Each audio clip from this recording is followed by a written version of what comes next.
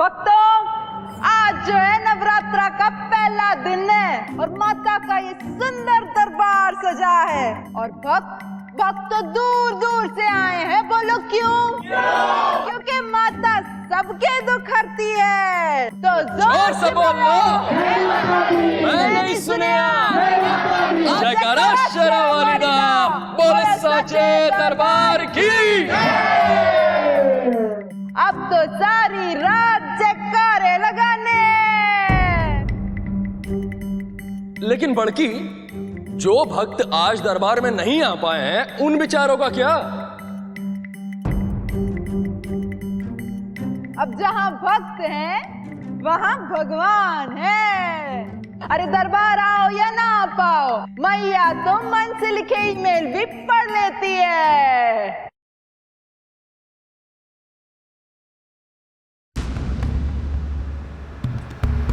कहां चला गया? तुम वहां जाओ, तुम वहां जाओ। ना मोबाइल फोन ना लैपटॉप कंप्यूटर करना आता है। ना मोबाइल फोन ना लैपटॉप कंप्यूटर करना आता है। बिना इंटरनेट के ही अपनी माँ को मैसेज जाता है। कर लो माता जी से चैट, आज जगराता है। तो कर लो माता जी से चैट, आज जगराता है। मन्नत पूरी करेगी, टुकड़ा दूर करेगी, पीड़ा दूर करेगी। जय माता दी, जय माता दी। जय माता दी, जय माता दी, जय माता दी। प्रेम से बोलो। जय माता दी, जय माता दी, बैठी। जय माता दी। ये लो प्रसाद। सुबह से कुछ नहीं खाया तुम? प्रसाद के नाम पे जहर तो नहीं दे रही? तेरा कोई भरोसा ना से। क्या कैसी बातें कर रही है बड़की? मैं तुम्हारी भाभी हूँ ना, मैं क्यों जहर दूंगी? कौन मरा कह गया है कि रिश्तेदार जहर ना देवे, खास करके तेरे जैसे। जय माता दी, जय माता दी, जय माता दी। प्रेम से बोलो। जय माता दी, जय माता दी, जय माता दी। पहले बैकग्राउंड सिंगर है, बैकग्राउंड में ही रह, समझा? क्या हो रहा है ये सब? समझाया था ना तुम लोगों को। देख कल्पेश, तुम जानते नहीं हो कि तुमने किससे पंगा लिया है। और जानना भी नहीं है मुझे। दिल्ली में हर दूसरा आदमी आके धमकी देता है। अब तुम मुझे नहीं जानते मैं कौन हूँ। तो मैं तुझे बता ही दे रही हूँ मैं कौन हूँ। देख तू गलत कर रही है। देख मुझे गलत कर रही है तू। हाथ संभाल के रख वरना हाथ तोड़ दूंगी। क्यों गला फाड़ फाड़ के चिल्ला रही है? चाहिए क्या तेरे को? भिकारन, तू मुझे क्या देगी? खुद तो चोरी चकारी पर पलती है और मुझे देने की बात कर रही है। पहले तो ये बता कि तेरी हिम्मत कैसे है मेरे जगह। हिम्मत की तू बात मत कर। और ये जो लेन देन मुनीमगिरी तू कर रही है ना, मेरे से नहीं, जाके ऑर्गेनाइजर से बात कर। ऑडियंस जिसके नाम पे आएगी ना जगराता, उसी को मिलेगा। चल निकल तू यहाँ से, निकल। और अगली बार मेरे भाई पे हाथ ले रहा है ना, तो चीर के सुखा दूंगी। औकात है तेरी? निकल निकल। और तू चूड़ियां पहन रखी है क्या तने? ये चिल्लू पिल्लू काम भी मुझे करने पड़े तो तेरा क्या फायदा? जो भी आ धर के दे। एक इंसान से जुड़कर एक परिवार बनता है और एक परिवार से जुड़कर एक खानदान, जो ऊपरी तौर पर देखने से अक्सर संगठित दिखाई देता है, लेकिन जब तक रिश्तेदारी साझेदारी में न बदल जाए, परिवार खुश नहीं हो सकता। एक परिवार में जब कोई उम्र, रुतबे और कर्ता धर्ता होने के बल पर सारे फैसले अपने हाथ में लेता है, तो परिवार के सम्मान के साथ साथ उस पर विरोध और विपरीत भावनाओं का खतरा भी बना रहता है। अगर रिश्तों के बीच में वक्त रहते गलतफहमियां ना सुलझाई जाएं, तो वो कभी कभी अपराध के लिए रास्ता खोल देती है। हमारे यहाँ ऐसे हजारों उदाहरण मिलेंगे जहां परिवार के बीच एक छोटी सी गलतफहमी ने संगीन जुर्म का रूप ले लिया।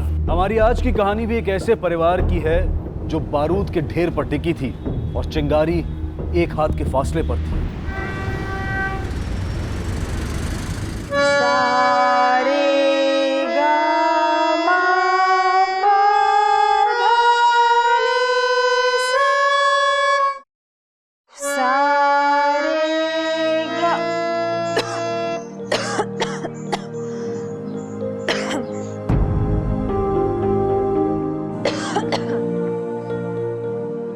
फिर चाय वाली बन के घूम रही है। तेरे से कही थी ना मैंने जाके पढ़ाई कर। हाँ? और वो बकरियां कहाँ है जो मैंने पाल रखी हैं? बड़की तुम चाय लो ना। तू भी ना। मैं तो बस चाय लाई थी। जैसे तुमने अपना सिंगिंग का सपना पूरा किया, वैसे ही मेरा विदेश जाकर पढ़ाई करना और वहां पर अच्छी नौकरी करने का सपना पूरा कर रहे हो। मैं तो बस। अरे बहन है तू मेरी, जान दे के भी ना तेरा सपना पूरा करूंगी। मेरे को तो खुशी इस बात की है कि अगले महीने तू ये ढोल मंजीरे की दुनिया से ना दूर चली जाएगी। अरे फौरन जाएगी मेरी बहन, फौरन। ले आए पैसे? हाँ। ला दे, जा बुला ले सबको। अरे आशा, संजय, लोकेश, ये ले, गिन ले। गिनने की क्या जरूरत है, पूरे ही होंगे। गिन ले, तेरे को बड़की पे विश्वास कहाँ होगा। ये ले, रख। ये ले लोकेश, तेरे।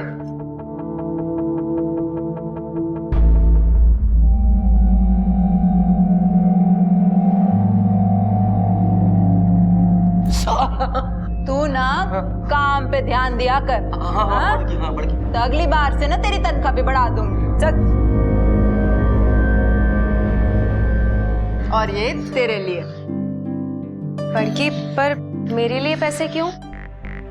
मैं तो बिजनेस का हिस्सा भी नहीं हूँ। अरे तू मेरे बिजनेस का नहीं, मेरे दिल का हिस्सा है। ये तेरी तनख्वाह नहीं है, तेरे खर्चे के लिए। Thank you so much. ठीक है। भैंस के फुफ्फा, ये तो आधे ही पैसे हैं। बड़की, वो मैं तो पूरे ही पैसे ला रहा था, रास्ते में जीजा जी मिल गए थे, उन्होंने छीन लिए। कमाल है तू, तेरे रोक के नहीं गए के? आपसे बड़े रुक गए जो इनसे रुक जाएंगे। तुझे तो मैं बाद में देख लूंगी, पहले अपने खसम के चोर तो कस लूं। उसकी खाल भी मसाला मांग रही है, निकम्मे सबके सब।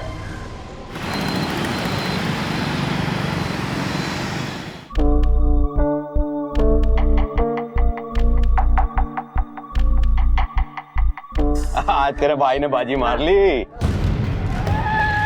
अबे पत्ते छोड़, फटाफट वो आ गई तेरी बीवी, देख चंडी का रूप लेके। भाग।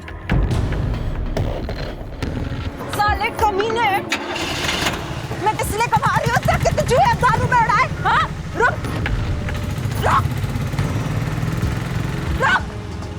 हर तो आएगा ही ना। आज उसे जिंदा नहीं छोड़ूंगी।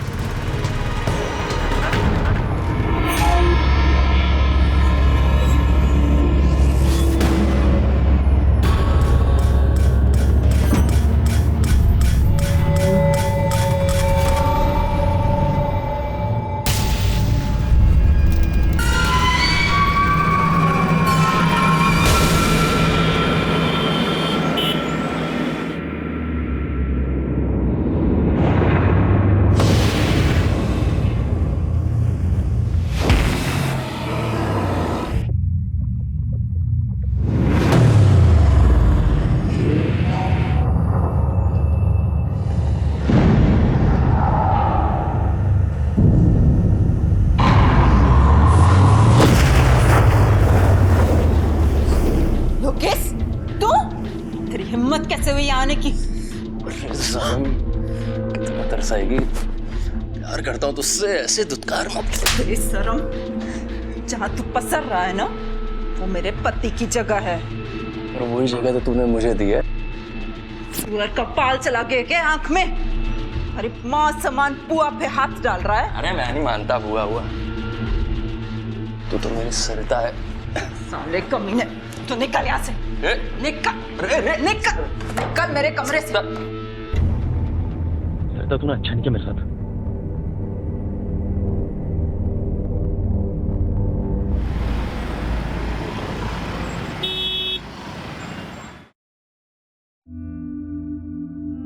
क्या हुआ? शकल की लटका रखी है?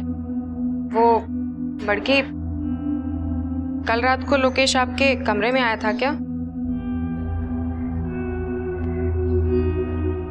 वो पावड़ा ससुरा तनख्वाह बढ़ाने की बात कर रहा था, भगा दिया मैंने उसे।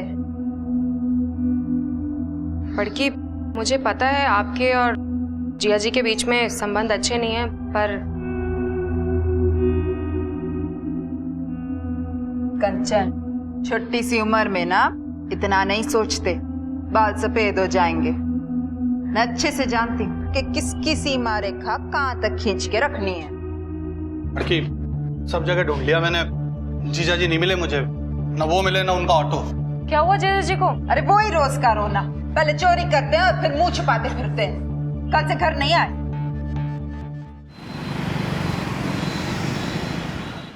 कुछ झगड़ा वगड़ा हुआ था आप लोगों का? कब से गायब है? साहब जी, झगड़ा तो हर पति पत्नी में हुए है। अब ना वो राज है, नाम है सिमरन। पहले ढूंढने से मिल जाते थे, लेकिन कल से गायब है। ये जी फोटो उनकी।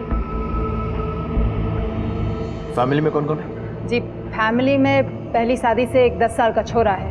पहला पति गुजर गया तो मनोज से दूसरी शादी कर ली। अब बाकी भाई भाभी, उनका बेटा और मेरी एक छोटी बहन है। सब एक साथ मकान में रहते हैं। और आपके पति काम क्या करते हैं? काम का तो वो बिल्कुल है नहीं, कहने के लिए ऑटो चलाता है। जी ऑटो का नंबर फोटो के पीछे लिखा है। साहब जी, जैसा भी है पति है मेरा, बहुत प्यार करता है।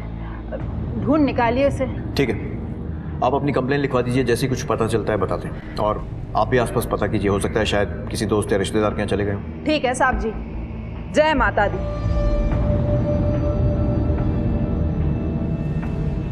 सर ये सरिता तो मशहूर जगराता सिंगर है।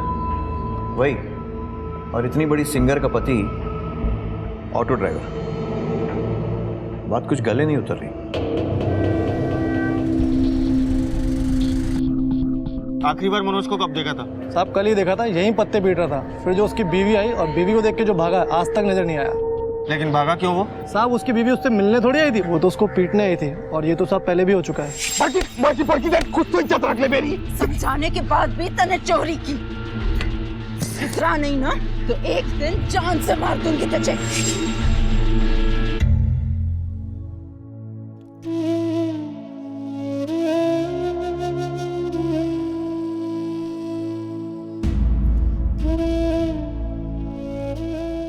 मम्मी, आप आ गए? बहुत दर्द हो रहा है। आपने मना किया था, फिर भी मैं भाग गया। मैं पुलिस को सब बता दूंगा। मारती हूँ मैं मनोज को। मेरे से गलत बात ना बर्दाश्त नहीं होती। हाथ बहुत जल्दी छूटता है मेरा। ऐसा क्या गलत काम करता था वो? एक हो तो बताऊं। दारू वो पिए, चोरी वो करे, जुए की लत उसे। इतनी वजह क्या कम है किसी को कूटने के लिए? और तो और मेरे जगराते में भी कम कर्म कांड न करी उसने। ना मोबाइल फोन ना लैपटॉप कंप्यूटर करना आता है। ना मोबाइल फोन ना लैपटॉप कंप्यूटर करना आता है। बिना इंटरनेट के ही अपनी माँ को मैसेज जाता है। लानत है भाई इस पे। माता के दरबार में दारू पी के आ गया। अगर इसके बिना प्रोग्राम कर सकती है तो ठीक है, नहीं तो। जी इसकी तरफ से ना मैं माफी मांगती हूँ। 15 अक्टूबर को जब मनोज ऑटो स्टैंड से भागा तो उसके बाद मिला वो आपसे? उसके बाद आया ही कहाँ वो? आता तो रपट लिखाने की जरूरत ही ना पड़ती। खाट के पास से बांध के रखते थे उसे। पुलिस हर पहलू की तह तक जाने की कोशिश कर रही थी। सरिता की जिंदगी से मनोज यूं ही गायब हुआ था या फिर ये किसी तूफान के आने का अंदेशा था। और बता क्या चल रहा है? और तू बता, कहाँ थे इतने दिनों तक? कुछ नहीं यार, बस एग्जाम की वजह से बहुत टेंशन थी। तुझे तो बस टेंशन ही रहती एग्जाम की। अरे किसका फोन है? एक मिनट, भाई साहब का फोन है। हेलो, हाँ भाई साहब, क्या हुआ? क्या? भैया ऑटो घुमाइए। सर घर में किसी तरह के फोर्स एंट्री के निशान नहीं मिले और ना ही ऐसा लगता है कि मर्डर करते हुए कोई स्ट्रगल हुआ है। सर घर के आसपास पड़ोसियों से पूछताछ की है। सर उनका भी यही कहना है कि उन्होंने घर में आते जाते किसी को नहीं देखा। मतलब कातिल या तो कोई घर वाला है या फिर कोई जान पहचान वाला। बड़की में छोड़ गई। आप लोगों ने घर में ठीक से चेक किया है? कोई कीमती सामान गायब हुआ हो या फिर कुछ चोरी वगैरह? बड़की की सारी जेबें गायब हैं, उसकी अलमारी में से भी और उसके बदन पे से भी। लेकिन कैश जैसा था वैसा का वैसा ही रखा है। कत्ल हुआ तब आप लोग कहाँ? मैं लोकेश के साथ मंडी तक गई थी सब्जी लेने के लिए, और आई तो देखा कि मर गई। आपको किसी पर शक है? दिव्या हो सकती है। जगराते में सिंगर थी और कुछ दिन पहले तो बड़की के साथ उसका बहुत जोर से झगड़ा भी हुआ। कारण तू मुझे क्या देगी? खुद तो चोरी चकारी पर पलती है और मुझे देने की बात कर रही है। ये सरिता का बेटा है ना, चिंटू? ये कहाँ है? सर वो क्रिकेट स्कूल में उसको कैसे बताएंगे कि बड़की? राकेश सर, लाश को पोस्टमार्टम के लिए भिजवा दो। Right sir. राकेश, सिंदूर से वोकल कॉर्ड्स खराब होती है, यानी सरिता का गाना या फिर गाने से मिली शोहरत और पैसा किसी को पच नहीं रहा था। अब वो इंसान या तो मनोज हो सकता है या फिर कोई ऐसा इंसान जिसकी सरिता से बेइज्जती हुई हो, और ये भी पॉसिबिलिटी है कि कोई दूसरा सिंगर जिसका मार्केट सरिता ने खराब किया हो, शायद दिव्या। सर सरिता काफी दबंग औरत है, कोई एक आदमी उसे कंट्रोल कर सके ये थोड़ा मुश्किल है। एग्जैक्टली। अकेला आदमी गला घोटते हुए मुंह में सिंदूर नहीं ठूस सकता। एक काम करो, इन्वेस्टिगेशन को फास्ट ट्रैक करो, सरिता और मनोज के कॉल रिकॉर्ड्स निकलवाओ और ये जो ज्वेलरी की चोरी हुई थी उसे ट्रैक करो, और इस दिव्या को उठाओ। सर। मुझे यहाँ क्यों बैठा रखा है? मनोज के कॉल रिकॉर्ड्स में सबसे आखिरी कॉल तेरा था। चल बता, क्यों कॉल किया था उसे? वो सर, मैं उनका भतीजा हूँ सर, और रोज ही फोन करते रहते हैं एक दूसरे को, और सर मिलते भी हैं। लेकिन सर जब वो उस रात मेरे कमरे में आए तो बहुत गुस्से में थे सर। पता नहीं साली लुगाई है कि बवाल, सब जानता हूं उसका तिरिया चरित्र। वो समझती कि मुझे कुछ पता नहीं है, साली भतीजे से लगी पड़ी है और मेरे सामने सती सावित्री होने का स्वांग रचती। अब बताता हूं उसे मनोज क्या चीज है। सरिता और लोकेश का अफेयर चल रहा था, वही लोकेश जो सरिता के साथ जगराते में गाता है। जी सर, फूफा गुस्से में कुछ उल्टा सीधा ना कर दे इसलिए मैंने फोन किया था उनको। जब मनोज गायब हुआ तुम कहाँ थे? सर मैं साउंड इक्विपमेंट लेने चांदनी चौक गया हुआ था। लोकेश। सर। लोगों ने ऐसे ही बदनाम कर रखा है पुलिस को। डर मत, अगर सच सच बोलेगा तो मारना तो दूर, हाथ भी नहीं लगाएंगे। चल बता, सरिता से क्या रिश्ता है? सर वो बुआ थी मेरी। वो तो सबको पता है, जो सबको नहीं मालूम है वो पता। देख अब तू हमें मजबूर कर रहा है तेरी हड्डियां तोड़ने पर, और बेटा पुलिस की मार ना जिंदगी भर दुखती है। चल शाबाश बता। सर जी मैं सरिता से प्यार करता था, हम दोनों एक दूसरे के करीब आ गए थे। वो वैसा वाला। समझ गया कैसा वाला। और ये नजदीकियां कब और कैसे बढ़ी? सर वो मनोज दारूबाज था और सरिता को उसकी आदत बिल्कुल पसंद नहीं थी। अरे हट! मैं दारू पीऊं या जहर खा के मर जाऊं, तेरे से क्या?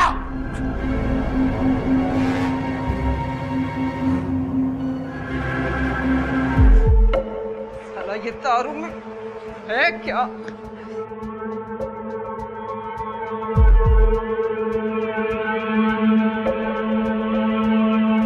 बुआ जी मैंने एक नया गाना लिखा है, ये देखो क्या जोरदार गाना लिखा है मैंने। हाँ जोरदार है, तू तो है बड़ा टैलेंटेड। अरे ये क्या? छोड़ मैं भी तो देखूंगी ससुरी दारू में ऐसी क्या चीज है कि मेरा पति मुझे छोड़ के इसके पीछे। मुझे मेरे पास आता ही नहीं है। इतनी सुंदर बीबी के होते हुए आता ना। मैं सुंदर हूँ। सुंदर है, बहुत सुंदर है तू। बहुत सुंदर हूँ मैं सच में सुंदर हूँ। हाँ? मम्मी कसम खाकर कह रहा हूँ सर, उसके बाद ऐसा कुछ नहीं हुआ। ठीक है अभी तुझे जाने दे रहा हूं, पर ज्यादा दूर का जगराता मत पकड़ना। हो सकता है तुम्हें फिर से आना पड़े जगराते के लिए।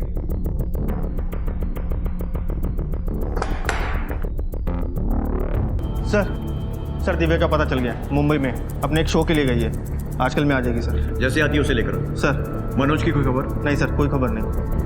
राकेश मुझे लगता है अब तक के इन्वेस्टिगेशन के हिसाब से इस मर्डर के पीछे सबसे स्ट्रांग मोटिव मनोज का ही है।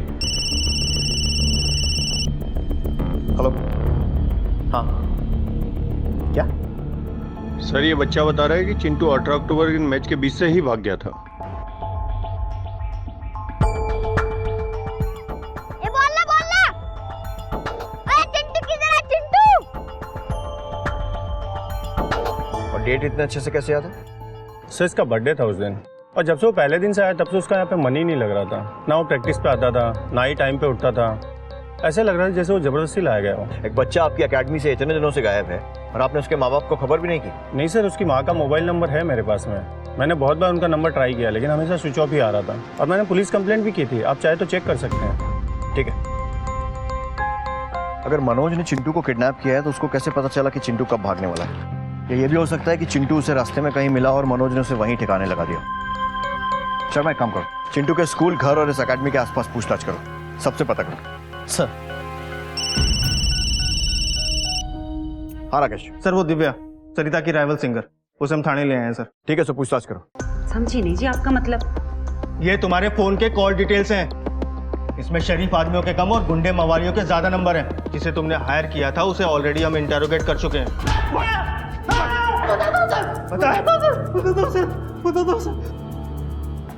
ये फोटो किसने दिया? किसने दिया? जगराते में गाने वाली दिव्या ने दिया। वो बोल रही थी कि इतना थप्पड़ मार रहा कि वो गाना तो क्या वो सुनना भी भूल जाए सर। एक टाइम पे बहुत नाम था जी मेरा जगराते में, और वो सरिता वो मेरी असिस्टेंट हुआ करती थी। असिस्टेंट भी क्या, मेरे घर में बाई थी, झाड़ू पोछा लगाती थी। हो तेरे सिवा अब कुछ भी नहीं मुझे भाता है, आज जगराता है। अरे वाह सरिता, तुम तो बहुत अच्छा गाती हो, सिंगर क्यों नहीं बन जाती? मैंने उस सरिता को सरिता से सरिता चौहान बनाया, अपने जगराते में गाने गवाए, और आज लोग उसे पसंद करने लगे। मेरे सारे जगराते उसी के पास जाने लगे। स्टार बन गई जी वो। मेरे अलावा कोई और भी दुश्मन होगा उसका, और वही हाथ साफ कर चला गया। सर मुझे लगता है कि दिव्या सच बोल रही है, क्योंकि हमने उसके गुंडों के ऊपर सारी डिग्री अपना ली, लेकिन हर बार वो एक ही बात बोलते हैं, हमने कुछ नहीं किया, हमने कुछ नहीं किया। राकेश, इस केस में अब तक कुछ भी ठोस हाथ नहीं लगा है। न चोरी की ज्वेलरी बरामद हुई है, न मनोज का पता चला है, और ना ही चिंटू का। जांच तेज करनी पड़ेगी। पुलिस ने छानबीन में जमीन आसमान एक कर दिया, लेकिन नतीजा नील बटा सन्नाटा जैसे था। कुछ भी कह पाना मुश्किल था। पुलिस की सारी मेहनत अंधे कुएं में जा रही थी। सर इन्फॉर्मेशन के हिसाब से मनोज का ऑटो पूसा हिल के फॉरेस्ट के पास देखा गया। और मनोज, उसकी कोई खबर? नहीं सर, उसकी कोई खबर नहीं।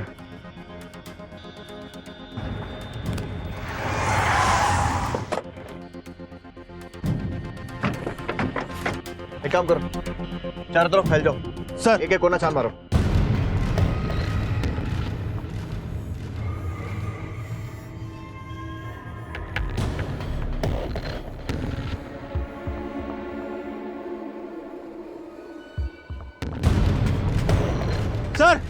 Sir auto.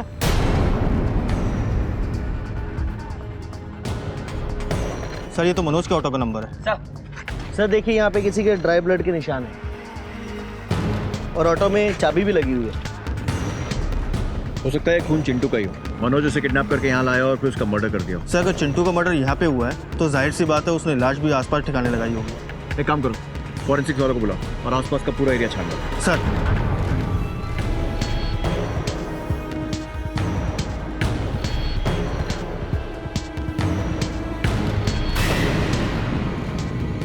सर यहाँ एक बॉडी है।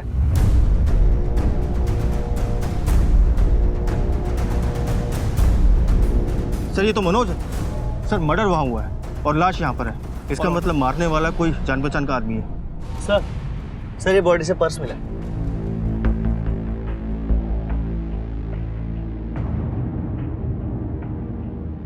एक बात तो क्लियर है, चोरी या लूटपाट के इरादे से इसका मर्डर नहीं किया गया, क्योंकि पर्स में पैसे, यहाँ तक कि ऑटो भी सही सलामत है। एक काम करो, इसकी बॉडी पोस्टमार्टम के लिए भेजो। इस बार जाने दो, आगे से कोई भी शिकायत आए तो अंदर कर देना। Sir postmortem report. सर इस पोस्टमार्टम रिपोर्ट के हिसाब से मनोज का कत्ल 15 अक्टूबर यानी सरिता के कत्ल से ठीक 2 दिन पहले हुआ था। उसके ऊपर 2 वार किए गए थे सर, एक पेट में और एक दिल के पास। मौत इंटरनल ब्लीडिंग की वजह से हुई थी। इसका मतलब मनोज का सरिता के कत्ल में कोई हाथ नहीं है। ये केस तो और उलझ गया। संजय के बयान के हिसाब से मनोज गुस्से में उसके यहाँ गया था, और उसके बाद वो कहाँ गया ये हमें नहीं मालूम। संजय ने कहा कि जब मनोज गायब हुआ तब वो चांदनी चौक में साउंड इक्विपमेंट खरीद रहा था, पता करो इस बात में कितनी सच्चाई है। ठीक है सर, मैं एक टीम भेज देता हूँ। इस पूरी फैमिली पर 24 घंटे नजर रखो।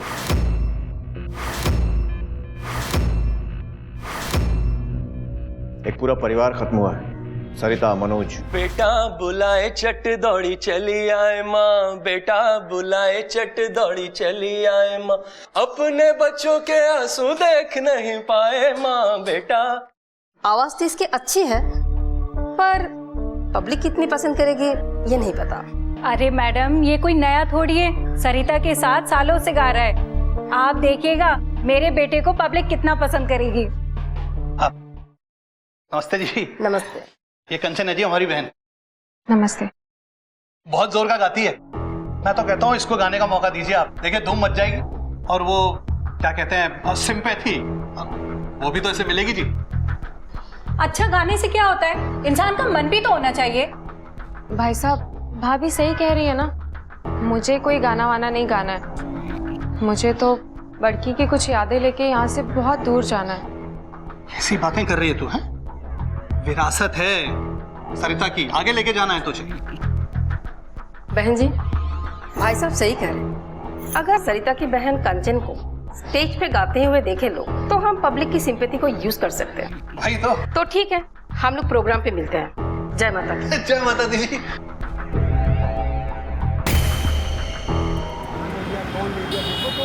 हेलो जी भाई साहब, जी मैं अभी ऑर्गेनाइजर से ही मिलकर आ रही हूँ। हाँ भाई साहब, बस अभी घर पहुंची।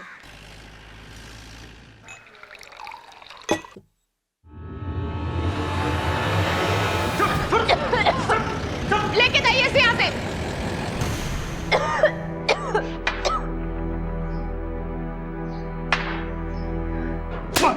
जगराता करेगा, जगराता करेगा। राकेश, बहुत ढीठ निकला ना तू। हमने सोचा था कि तुझे नहीं मारेंगे, पर नहीं, तू नहीं मारा।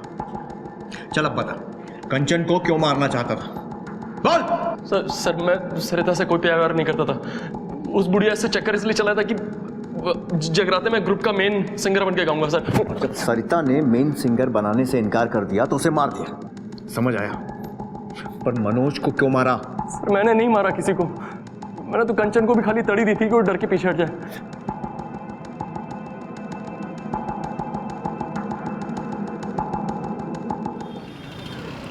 लोकेश इतनी आसानी से टूटने वाला नहीं। एक मिनट के लिए भी इस फैमिली पर से नजर मत हटने दो। सर संजय का साउंड क्यू पिन वाला बयान है ना, वो झूठा है सर। सर हमें चांदनी चौक ही नहीं, उसके घर के आसपास की जितनी भी दुकानें हैं सबसे पता किया सर।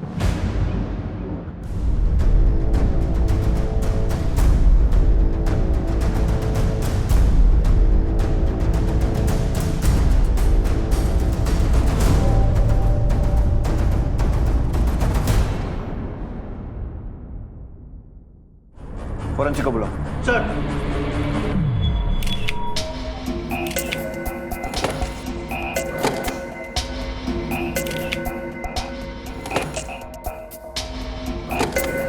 सरिता के मर्डर से संजय का कुछ ना कुछ लेना देना तो जरूर है। सर, मनोज की बॉडी पे चाकू से सिर्फ 2 बार हमला हुआ है और संजय की बॉडी पे कई निशान मिलते हैं। इसका सिर्फ एक ही मतलब है कि संजय को मारने वाला कोई पेशेवर कातिल नहीं है। मतलब संजय सिर्फ एक मोहरा था और चाल चलने वाला कोई और है।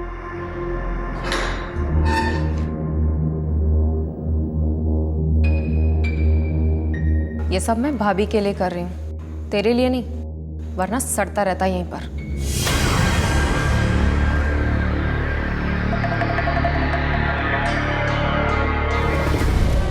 Please take me to police station. क्या हुआ? क्या हुआ? Uncle, please take me to police station. Uncle, my name is Chintu. I live in Rajouri.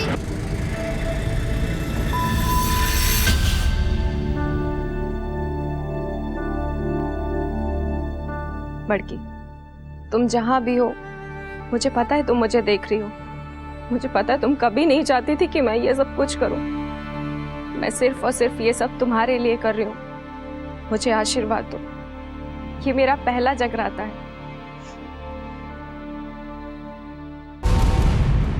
Inspector साहब को बताओ तुम्हारे साथ क्या हुआ।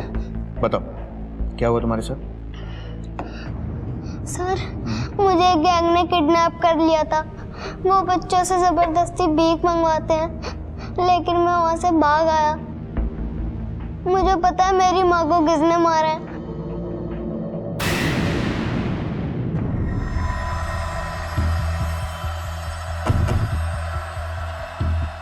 क्या हुआ इंस्पेक्टर साहब? बहुत प्यार करते थे बड़की से, इतना कि अनजाने में उसके कातिल का ही साथ दिया जा रहा है।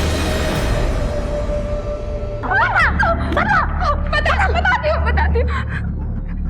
हाँ, मैंने उसे मारा। मुझे सिंगर बनना था, लेकिन वो मेरे रास्ते का सबसे बड़ा कांटा बनती जा रही थी। वो कभी नहीं चाहती थी कि मैं उसकी जगह लूं।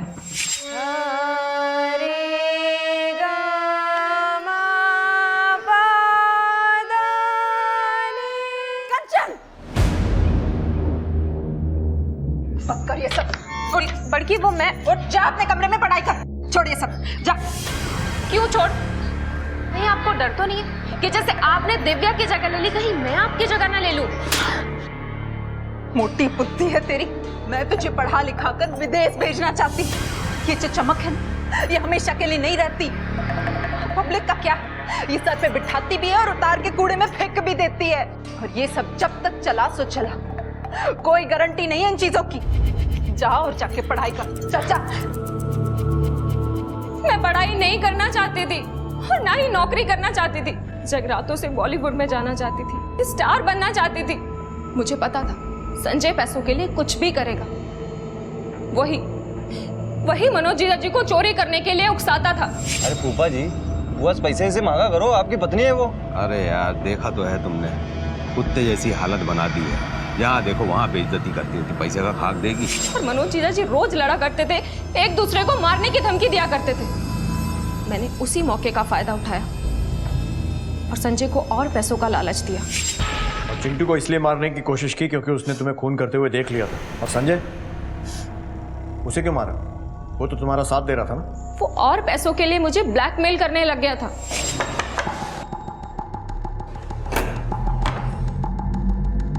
पैसे लाइए? हाँ। चला जाए। तुमने अपनी बहन तक को गलत समझा। वो बहन जो तुम्हारे लिए अपने से ऊंचा भविष्य चाहती थी। एक बात याद रखो, जो सपने जुर्म के साए में पलते हैं ना, कभी पूरे नहीं हो पाते। अब तुम अपनी सही जगह जा रही हो, वहां बैठकर जी भर के रियाज करना और पछताना।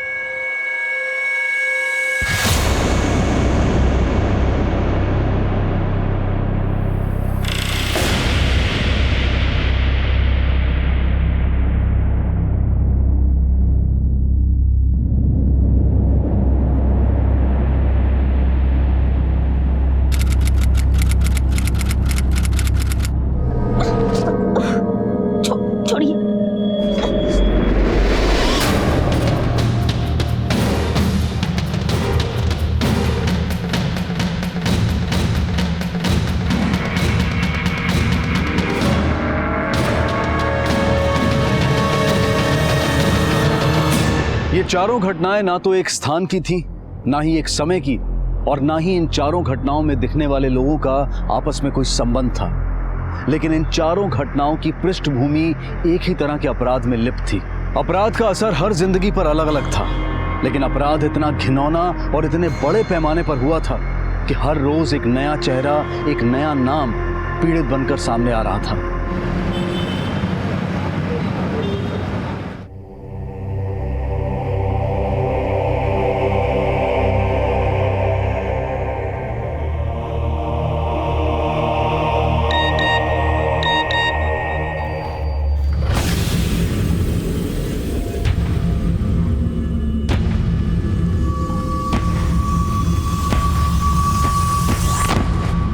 पता नहीं इस लड़की को आजकल क्या हो गया, हमेशा गुमसुम सी रहती है। जब भी कुछ पूछो ये लड़की कुछ बताती ही नहीं है। अरे इस उम्र में अक्सर ऐसा होता ही रहता है। क्या होता है?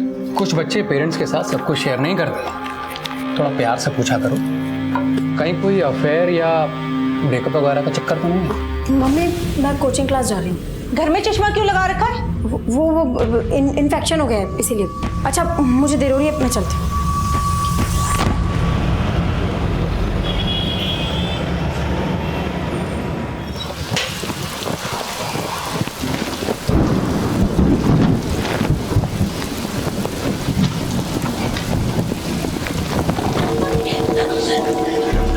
उषा जी आप बारिश छतरी के नीचे आ जाइए। नहीं मैं उषा, अरे क्या कर रही है यहाँ पे? क्या कर रही है?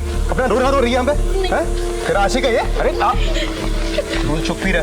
चल चल, तू तो चल। अरे आगे रजनी, आजा बेटा, चेंज कर ले, मैं कुछ खाने के लिए लगा देती हूँ। मुझे भूख नहीं है। रजनी देखो, ये सब रोज रोज नहीं चलेगा, मुझे तुमसे बात करनी है, तुम चेंज करके बाहर आओ। बहुत हो गया ये सब। रजनी मैं कह रही हूँ दरवाजा खोलो, बाहर आओ, मुझे तुमसे बात करनी है आज।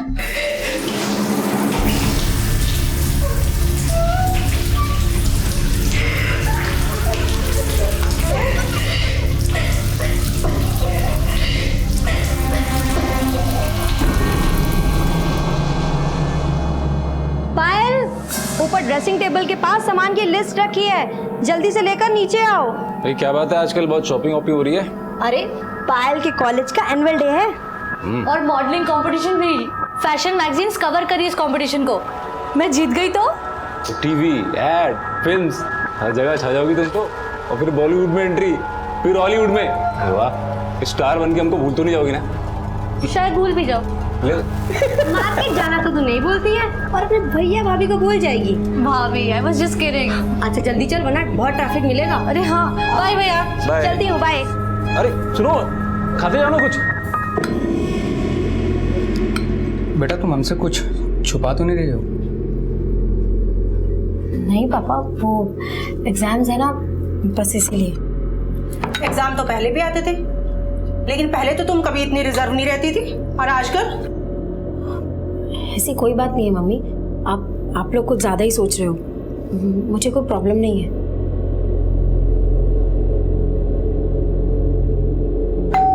आ रहा हूँ भाई, आ रहा हूँ।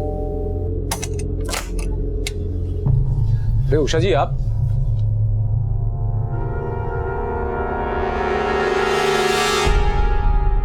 आपको तो बहुत चोट लगी है। आप अंदर है क्या? आप बैठिए इधर आई। नहीं नहीं मानव जी, मैं यहीं ठीक हूँ। मेरी एक हेल्प करेंगे प्लीज? ये दवा मुझे लाके दे देंगे प्लीज? प्लीज मानव जी, मुझे बहुत दर्द हो रहा है।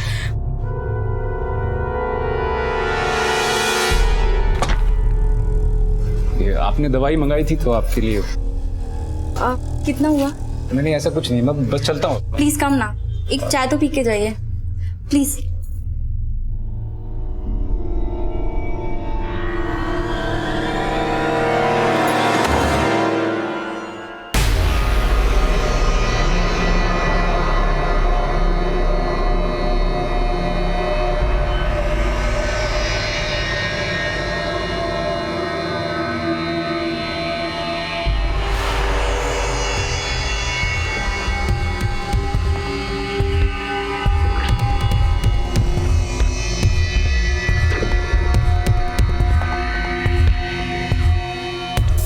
आप ठीक तो है ना?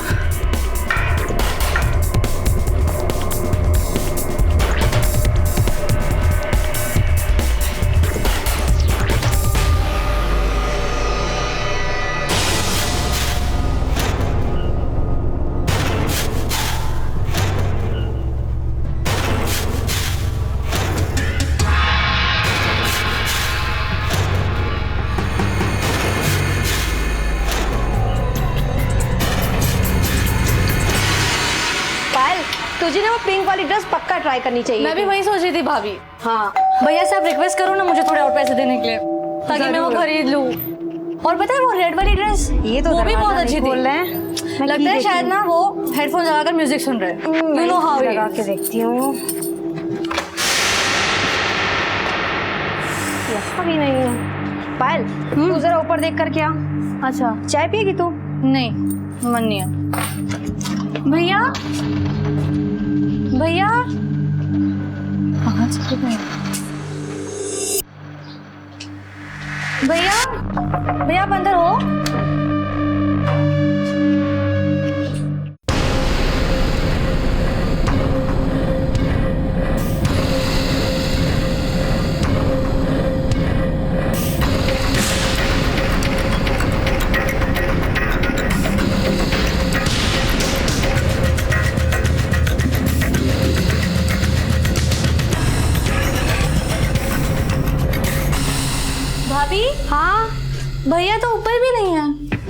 ऊपर भी नहीं है। हाँ, कहाँ चले गए?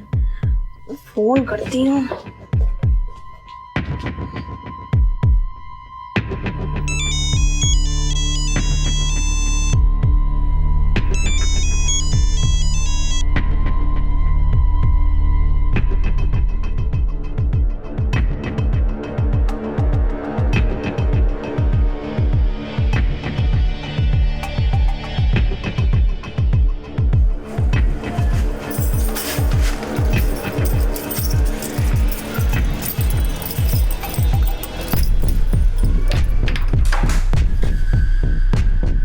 भैया कहाँ थे आप?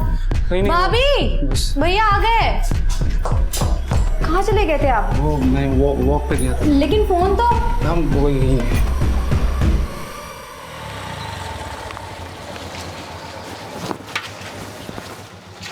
मानव जी नमस्कार।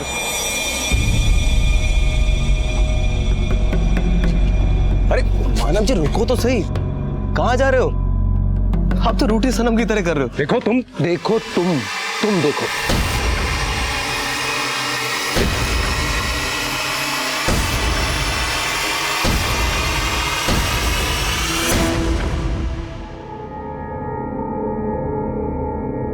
कहाँ जा रही हो? Coaching class. मैं वहीं से आ रहा हूँ। और आज क्या? पिछले 1 महीने से तुमने एक भी क्लास अटेंड नहीं की है। क्यों? चल क्या रहा है? झूठ क्यों बोल रहे हो तुम? नहीं पापा, आपको किसी ने झूठ बोला होगा। मैं तो कोचिंग क्लास ही जाती हूँ। देखो, झूठ पापा नहीं बोल रहे, झूठ तुम बोल रही हो। तुम रोज रोज जाती कहाँ हो? कोई लड़के का चक्कर? नहीं मम्मी, आप लोग गलत समझ रहे हो। ऐसा कुछ भी नहीं है। अरे तुम क्या कर रहे हो? मुझे सच सच बता दो, तुम हमारी नाक कटाने कहाँ जाती हो? देखो बेटा, हमने तुम्हारी लाइफ में कभी इंटरफेयर नहीं किया और तुम हमें भी अंधेरे में रख रही हो। हाँ? बोलो क्या बात है? इससे प्यार से बात करने की जरूरत नहीं है। ये लड़की एक दिन हमारी इज्जत के बट्टे लगा कर रहेगी। कुछ बोलती क्यों नहीं? चुप क्यों है? अरे बोलो ना, कुछ बोलती क्यों नहीं? रजनी, रजनी! रजनी बात सुनो, दरवाजा खोलो। रजनी दरवाजा खोलो बेटा। रजनी दरवाजा खोलो। रजनी बेटा दरवाजा खोलो बेटा। रजनी दरवाजा खोलो बेटा। रजनी दरवाजा खोलो।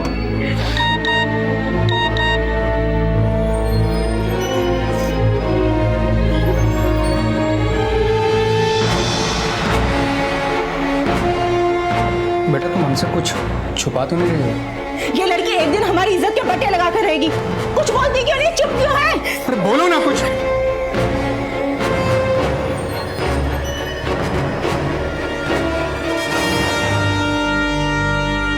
अदिति गर्ग, मीनाक्षी सिंह, रचना अग्रवाल। सर ये तीनों ही सुसाइडल केस है। अदिति गर्ग का सुसाइडल केस हमें सीलमपुर थाने में मिला था, मीनाक्षी सिंह का तिलक नगर थाने में और रचना अग्रवाल का कन्हैया नगर थाने में। सर मैंने इन तीनों केस की स्टडी की है।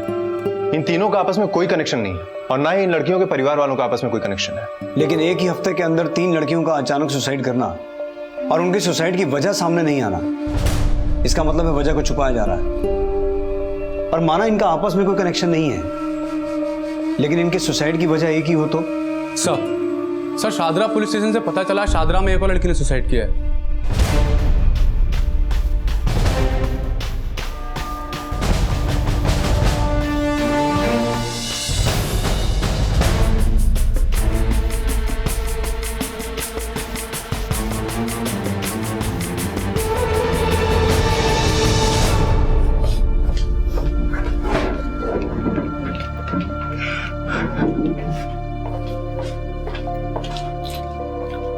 सर जब यहाँ पर आए लड़की की बॉडी पंखे से लटकी हुई थी, लेकिन कोई सुसाइड नोट तो नहीं मिला। नाम क्या लड़की का? सर पायल। सर मुझे तो कुछ समझ में नहीं आ रहा है कि पायल ने ऐसा कैसे कर दिया। कितनी देर पहले पता चला आपको?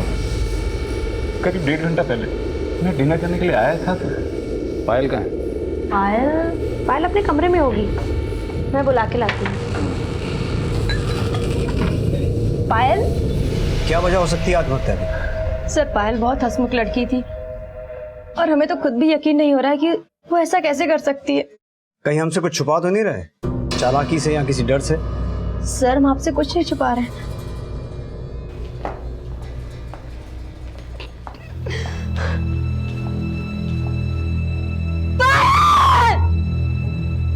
पायल जैन की आत्महत्या से पहले क्राइम ब्रांच अदिति गर्ग, मीनाक्षी सिंह और रचना अग्रवाल की आत्महत्या के केस री इन्वेस्टिगेट कर रही थी। ये चारों आत्महत्याएं जून 2015 में हुई थी, लेकिन इन चारों ही केसेस में आत्महत्याओं की वजहों का अभी तक कोई खुलासा नहीं हो पाया था। और इसी दौरान अगस्त 2015 में ऐसी एक और घटना सामने आई। रजनी, बात सुनो, दरवाजा खोलो। रजनी दरवाजा खोलो बेटा, रजनी दरवाजा खोलो, रजनी रजनी दरवाजा खोलो बेटा। रजनी क्या कर रहे हो? जाके चाबी लेके आओ। हाँ मैं चाबी लेकर। रजनी दरवाजा खोलो, रजनी। हटो जल्दी हटो। अरे जल्दी करिए ना। रजनी बेटा चल तुम्हें बेटा। रजनी होश में आओ बेटा। डॉक्टर हटो। डॉक्टर कुछ नहीं हुआ बेटा। अरे वो हमारी डॉक्टर।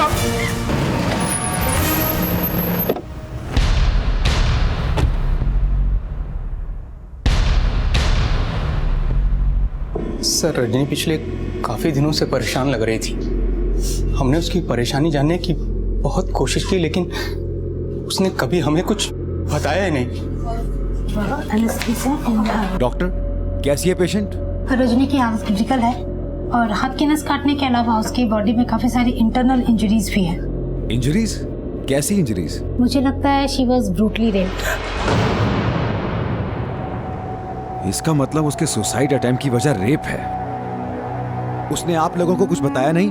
नहीं सर, वो तो कल रात से घर पे ही है। पर उसके साथ जो हुआ वो नॉर्मल नहीं है। आई फील पिछले कई दिनों से उसके साथ लगातार सिर्फ जबरदस्ती नहीं, दरिंदगी के साथ कई बार रेप हुआ है।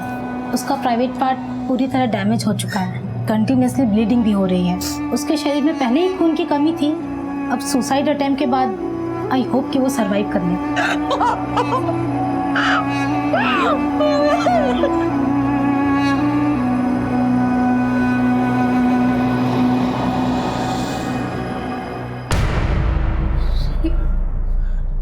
नहीं सर, पायल के साथ ऐसे कैसे हो सकता है?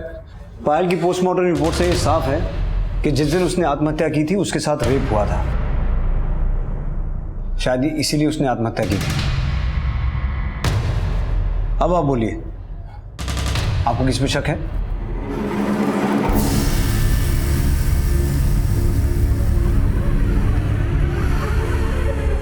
आप कुछ जानते हैं? नहीं सर, मैं कुछ नहीं जानता। आंकड़े बताते हैं कि ऑन एन एवरेज हमारे देश में महिलाएं लगभग हर 6 मिनट में छेड़छाड़, हर आधे घंटे में शारीरिक शोषण और हर 1 घंटे में बलात्कार का शिकार होती हैं। ये क्रूरता का वो घिनौना चेहरा है जिनकी शिकार महिलाएं अक्सर आत्महत्या जैसा कदम उठा बैठती हैं। पायल जिस घिनौने अपराध का शिकार बनी थी, उस फेहरिस्त में अब रजनी का नाम भी शामिल हो गया था। और इन मासूम चेहरों से जिंदगी की उम्मीद छीनने वाले अभी तक पुलिस की गिरफ्त से दूर थे, लेकिन ये उम्मीद की जा रही थी कि जिंदगी और मौत से लड़ती रजनी को शायद जिंदगी नसीब हो जाए।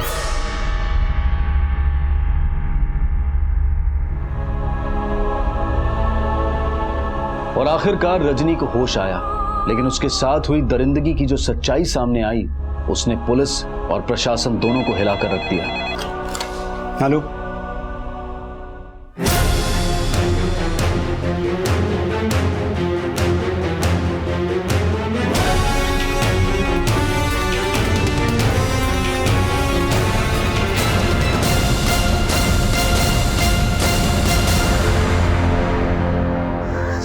सर, मैंने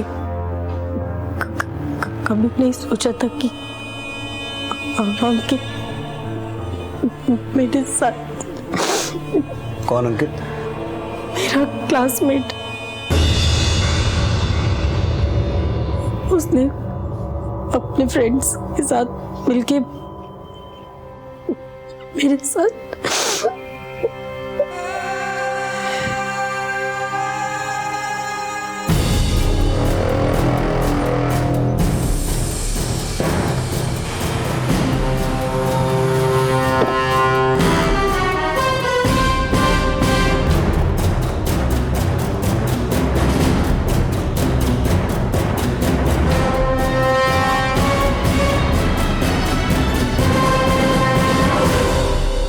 अंकित के अलावा कौन कौन? मुकेश, विनय और सुरेंद्र।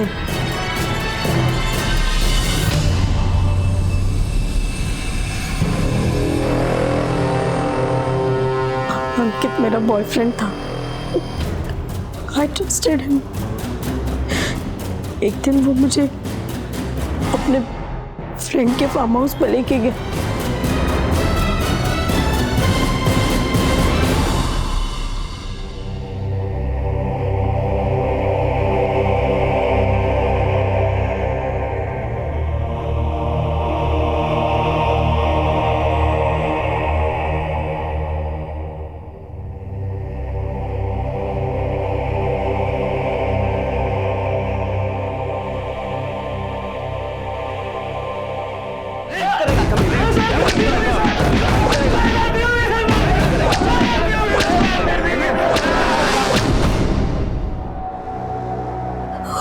उन लोगों ने मेरा रेप नहीं बल्कि मेरा वीडियो भी बनाया और फिर धमकी देने लगे कि अगर मैंने पुलिस कंप्लेंट की तो वो उसको अपलोड कर देंगे। मुझे बार बार ब्लैकमेल करने लगे और हर रोज मेरे साथ मेरी जिंदगी नर्क से भी बदतर बना दी सर। मैं रोज मर रही थी।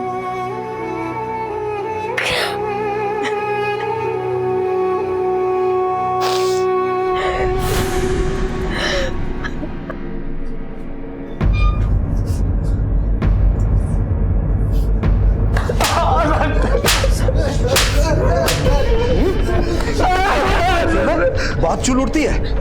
रेप करोगे, वीडियो बनाओगे? हाँ? क्या किया वीडियो का? अपलोड किया? नहीं सर। तो फिर वीडियो बनाया क्यों? गलती हो गई सर, गलती हो गई। कहाँ वीडियो? मोबाइल में।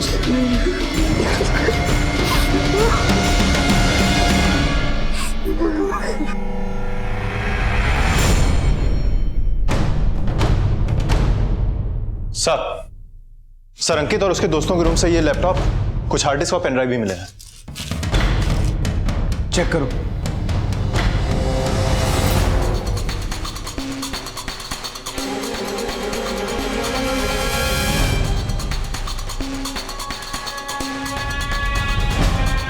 माधव सर। Yes sir. इस वीडियो में रेप करने वाला पुलिस वाला है। सी सर लेकिन ऐसा भी तो हो सकता है ना कि कोई और पुलिस का यूनिफॉर्म पहन के ये सब कर रहा हो।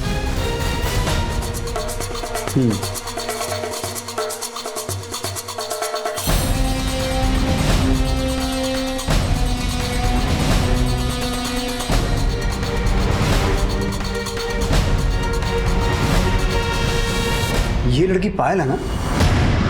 हाँ सर, ये तो पायल ही है।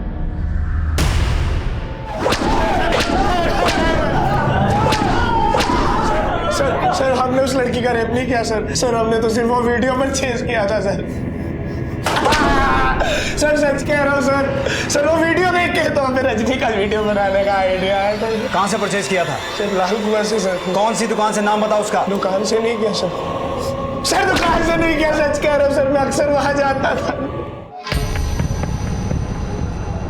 भैया कोई रॉ माल है क्या? अरे हम वो सब नहीं रखते यार, लेकिन बता सकते हो कौन रखता है? वो नहीं पता। कोई पिक्चर चाहिए तो बता। रुक, क्रॉ चाहिए? आजा पीछे देख। एक का 150, दो का 250 और तीन का 350। कितना तो बोल भैया। 200 में दो दे दो ना यार। ठीक, भाव नहीं करता, लेना तो बोल। अच्छा ठीक है, एक ही दे। मोबाइल दे। तो उसने तुझे पायल का रेप वीडियो बेचा? हाँ सर, लेकिन मैं उसको जानता नहीं सर। उसका स्केच बनवा सकता है? सर सिर्फ 2 मिनट के लिए मिला था सर। बलात्कार जैसी घटनाओं के वीडियोस खरीदे और बेचे जा रहे थे। ये इस केस का एक बेहद ही चौंका देने वाला पहलू था। लेकिन कोई ऐसे घिनौने अपराध को अपने मनोरंजन के लिए कैसे देख सकता है? ये कैसी मानसिकता है? ये कैसा रोग है? ऐसी विकृत सोच वाले लोग जब इस तरह के दृश्यों को बार बार देखेंगे तो उनके दिमाग पर किस तरह का असर होगा, शायद इसकी कल्पना भी आपको घृणा और गुस्से से भर दे। लेकिन यह अपराध सिर्फ यहीं तक सीमित नहीं था, इसकी जड़ें इतनी गहरी थी कि जिसने मानवता की बुनियाद को भी हिला दिया था। अपने खबरियों को काम पे लगाओ, उन्हें कहो पता करें कि लाल कुआं इलाके में वाकई कोई ऐसा है जो ऐसे वीडियोस भेजता है या ये लड़का झूठ बोल रहा है। ठीक है सर। और सुनो सर, पायल के भाई को बुलाओ। ठीक है सर।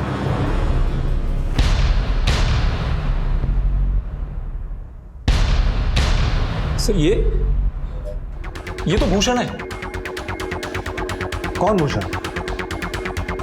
अरे अनम जी रुको तो सही, कहाँ जा रहे हो? देखो तुम देखो।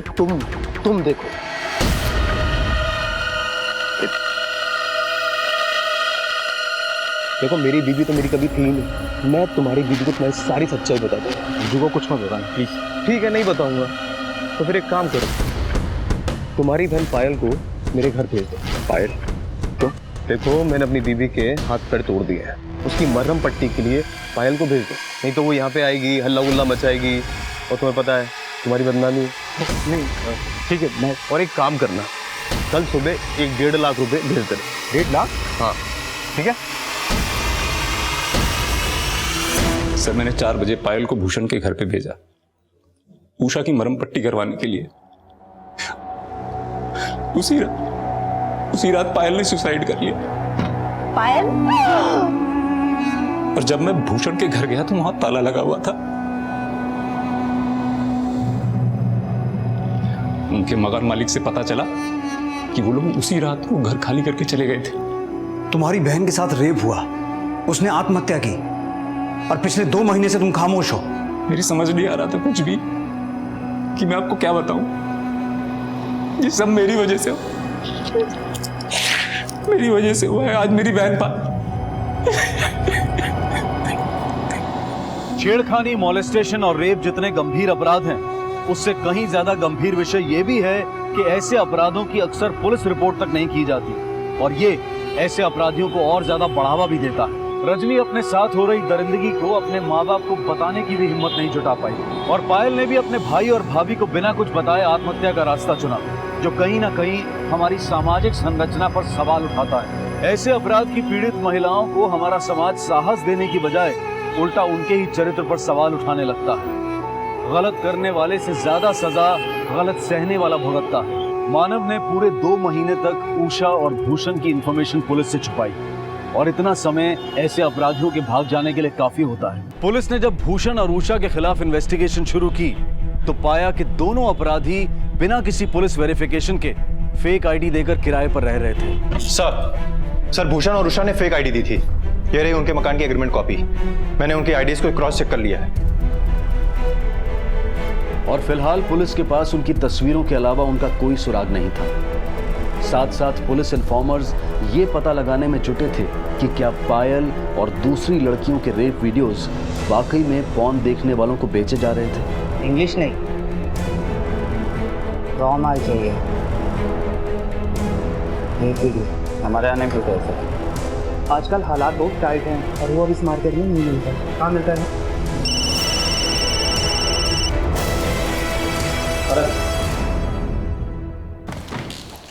सर 2-3 हफ्ते पहले लाल कुआं मार्केट में पायरेटेड डीवीडीज बेचने वालों के यहाँ रेड पड़ी थी। तब से पूरी मार्केट अलर्ट है और अनजान कस्टमर्स को इस तरह की डीवीडीज बेचने से साफ मना कर दे रहा है। लेकिन रेड से पहले वहां रेप वीडियोस बिकते थे। सर खबरियों का कहना है कि 2-3 लड़के घूम फिर के इस तरह की वीडियोस बेचा करते थे, लेकिन कोई उनके बारे में बताने के लिए तैयार नहीं है। इसका मतलब अंकित की इन्फॉर्मेशन सही हो सकती है। कहाँ से परचेज किया था? सर लाल कुआं से सर। कौन सी दुकान से, नाम बताओ उसका। दुकान से नहीं किया सर। अगर ऐसे रेप वीडियोस बिक रहे थे तो ये बहुत ही सीरियस मैटर है, और पूरे चांसेस हैं कि पायल के अलावा और भी कई लड़कियों के रेप वीडियोस वहां बिक रहे हो। दिल्ली और एनसीआर में ऐसी जितनी भी मार्केट्स हैं, अपने खबरियों की टीम को वहां छानबीन के लिए लगा दो। पिछले 6 महीने में शारीरिक शोषण, रेप, घरेलू शोषण के जितने भी केसेस हैं सबको रीचेक करवाओ। जितने भी विक्टिम्स हैं उनसे भूषण और उषा को आइडेंटिफाई करवाओ। ये बहुत ही सीरियस मैटर है। इसमें भले ही अपराधी गिने चुने हों, लेकिन विक्टिम्स बहुत ज्यादा होंगे। पुलिस हर एंगल से इस केस को इन्वेस्टिगेट करने में जुट गई, जिससे वो उन अपराधियों तक पहुंच सके जिन्होंने सिर्फ पायल और रजनी की ही नहीं, न जाने कितनों की जिंदगियां तबाह की थी। और इन्वेस्टिगेशन के दौरान कुछ ऐसे चेहरे भी सामने आए जिन्होंने इन घिनौने वीडियोस को देखने की लत में अपनी और अपनों की जिंदगी भी नर्क बना दी थी। सर 17 साल की एज से ही मुझे पॉर्न वीडियोस देखने का बहुत शौक था। फिर धीरे धीरे मेरा मन पॉर्न वीडियो से ऊब गया।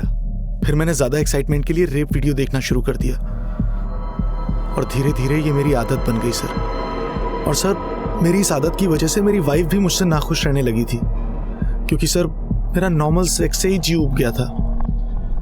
पहले हमारे बीच बातचीत बंद हो गई, फिर झगड़े बढ़ने लगे और फिर बात इतनी बढ़ गई कि नौबत डिवोर्स तक आ गई। गंदे गंदे वीडियोस देखकर मेरे पति एकदम जानवर हो गए थे और मुझे भी जबरदस्ती वीडियो दिखाते।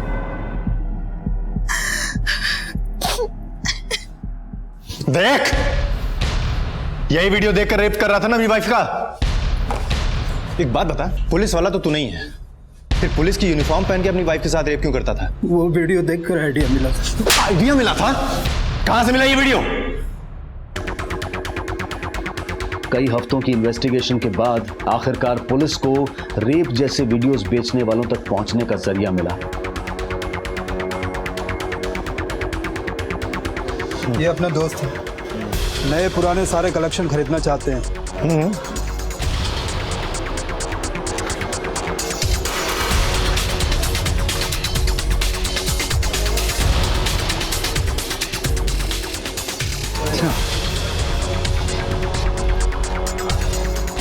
क्या बढ़िया। तो फिर आ गया, बोला ना माल नहीं है। अरे मुझे नहीं चाहिए, इन्हें चाहिए, दोस्त है मेरे।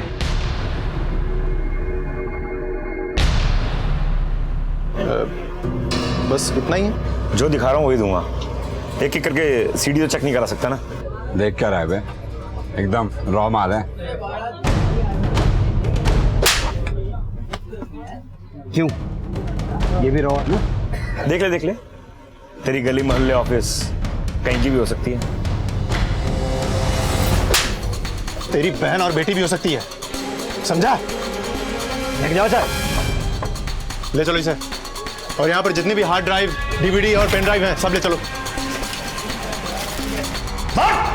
हमें कुछ नहीं पता सर, वो लोग कहाँ से लेके आते थे हमें कुछ नहीं पता, हम तो बस खरीद लेते थे सर। नाम क्या उनके, नाम बता। सर नाम नहीं पता था, सब 5-6 लोग हैं, सब नाम नहीं बताते, ना नंबर देते हैं सर। हफ्ते 10 दिन में आते हैं बस एक बार सर, बस। ये दोनों भी आते थे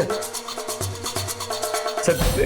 इस लड़की का तो पता नहीं, हाँ पर ये आदमी आता था सर, पिछले 1 महीने तक आता था सर। माधव साहब, शायद ये जानते हो ये कौन है, उनके नाम क्या है। एक काम करो, इन्हें मालपुआ खिलाओ, शायद इन्हें याद आ जाए।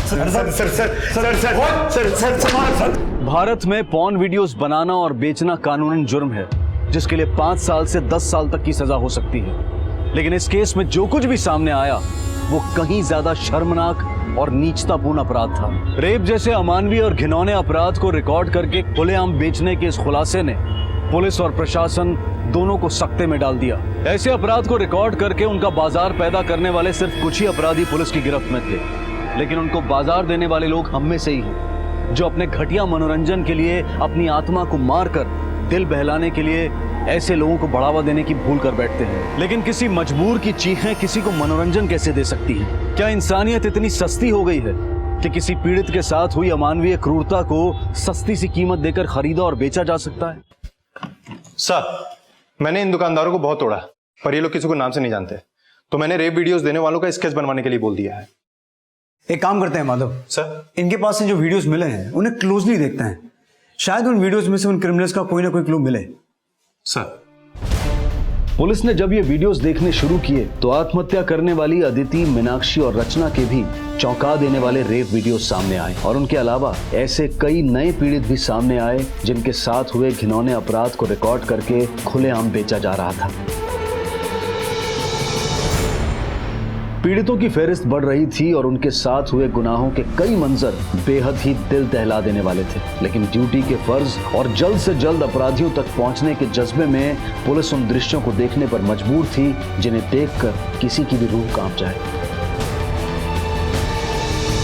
इन वीडियोस में कुल 106 विक्टिम्स हैं और हम जिन्हें ऑलरेडी जानते हैं वो इसका 1/4 भी नहीं है। पता करो बाकी के विक्टिम्स कहाँ हैं, किस नरक में सड़ रहे हैं, जिंदा भी हैं या गुमनाम जिंदगी बन के रह गए। सर, विक्टिम्स 106 हैं, लेकिन यहाँ अपराधी भी कुछ कम नहीं है। हालांकि किसी का चेहरा सामने नहीं आया है, लेकिन सर ये सब किसी एक गैंग का काम नहीं लगता। सर, लोकेशंस पे फोकस करें तो कुछ 17 लोकेशंस हैं। और अगर ये गैंग्स अलग अलग हैं तो कुल 17 गैंग हो सकता है। हाँ सर। लोकेशन की स्ट्रेस दिखाना।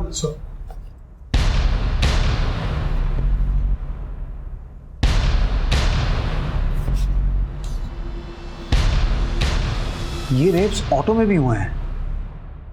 किसी ने ऑटो का कोई वीडियो देखा? मेरे पास एक वीडियो है सर, 1 मिनट दिखाओ।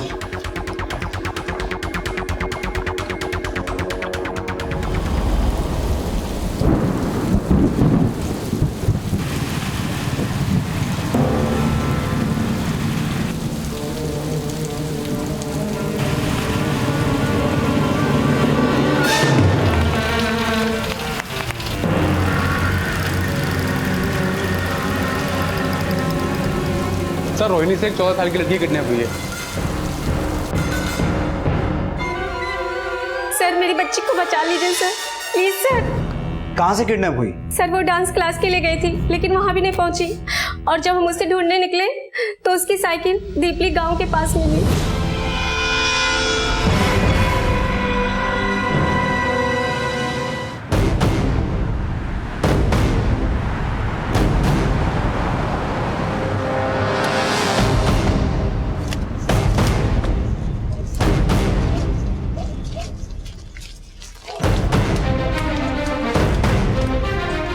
अगर ये किडनैपिंग उन्हीं रेपिस्ट में से किसी ने की है तो इसके पूरे चांसेस है कि ध्वनि को भी ऑटो में किडनैप किया गया।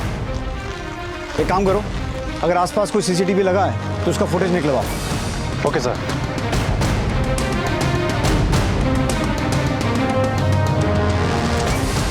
दिनेश, ये ऑटो का नंबर देखो, पता करो किसके नाम पर रजिस्टर्ड है। नरेंद्र सर, इन तीनों लड़कों की फोटो सर्कुलेट करवाओ। Okay sir. माधव, तुम पता करो इन तीनों लड़कों का कोई क्रिमिनल बैकग्राउंड तो नहीं है। Okay sir.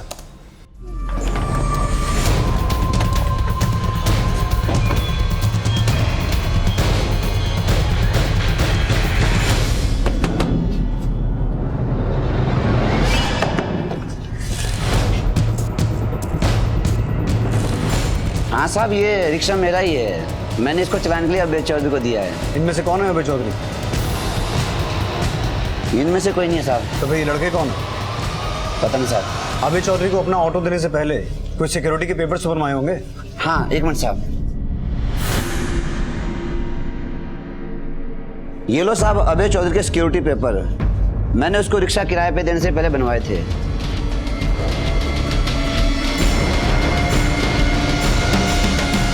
यही है अभय चौधरी? हाँ जी साहब।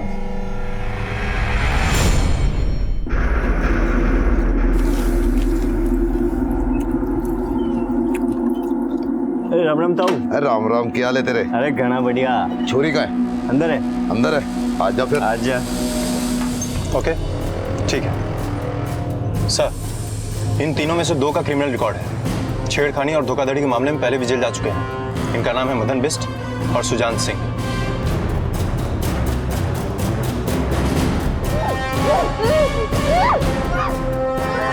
तीसरा वो छोटे वाला होगा। कहाँ के रहने वाले हैं? कंझावला सर। हेलो सर, उस ऑटो ने अभी रोहिणी सेक्टर 22 का सिग्नल क्रॉस किया था। इसका मतलब है ध्वनि को लेके कंझावला ही गए हैं। Baldev, Kanjhawala road, quick. भाग भाग। कर लो शिकार। चल।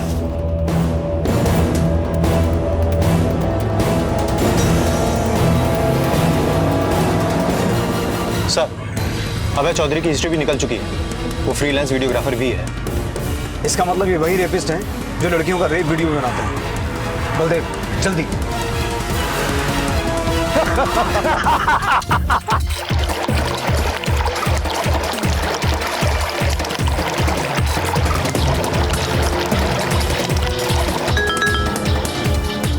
सर, अभय चौधरी का नंबर भी मिल गया है।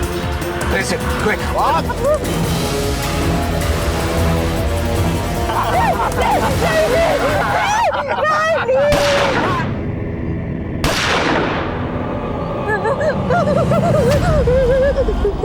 गाड़ी में डालो सबको। ऐसे हैवानों की हमारे समाज में कभी कोई जगह हो ही नहीं सकती। फांसी तो क्या, ऐसे अपराधियों को दी गई कोई भी सजा उनका जख्म नहीं भर सकती जो रोज इनकी क्रूरता का शिकार होती हैं। ये एक तमाचा है हम सभी पर, क्योंकि उन वीडियोस को देखकर इनकी हरकतों को बढ़ावा देने वाले कुछ गैर जिम्मेदार लोग हमारे आसपास ही मौजूद हैं। ये सिर्फ कुछ चेहरे हैं जिन्हें पुलिस पकड़ने में कामयाब हुई है, लेकिन भूषण और उषा समेत ऐसे कई अपराधी अब भी खुलेआम घूम रहे हैं और पुलिस उन्हें पकड़ने की हर संभव कोशिश कर रही है। लेकिन क्या ये खौफ कभी खत्म हो पाएगा? क्योंकि आंकड़े बताते हैं कि साल दर साल ऐसी घटनाएं बढ़ रही हैं, ऐसे अपराध बढ़ रहे हैं। इस पर विचार की जरूरत है। कहीं ऐसा ना हो कि आने वाले परिणाम और आंकड़े हर बार की तरह हमें फिर से अपनी नजरों में गिरा दें। क्राइम पेट्रोल के माध्यम से हम आपसे गुजारिश करते हैं कि ऐसे वीडियोस देखकर उनके अपराध के भागीदार ना बने, और अगर आपको ऐसे वीडियोस बेचने वालों के बारे में जरा सी भी जानकारी मिले तो इसकी सूचना पुलिस को जरूर दें। अब मैं अनूप सोनी आपसे विदा लेता हूं, फिर मुलाकात होगी अगले एपिसोड में जुर्म की एक और कहानी के साथ। तब तक अपना और अपने परिवार का ख्याल रखें और देखते रहें क्राइम पेट्रोल डायल 100। सबक एक को सीख हम सबको। जय हिंद। क्राइम पेट्रोल के और भी दिलचस्प कहानी देखने के लिए हमारे चैनल को सब्सक्राइब करें और बेल आइकॉन दबाना न भूलें।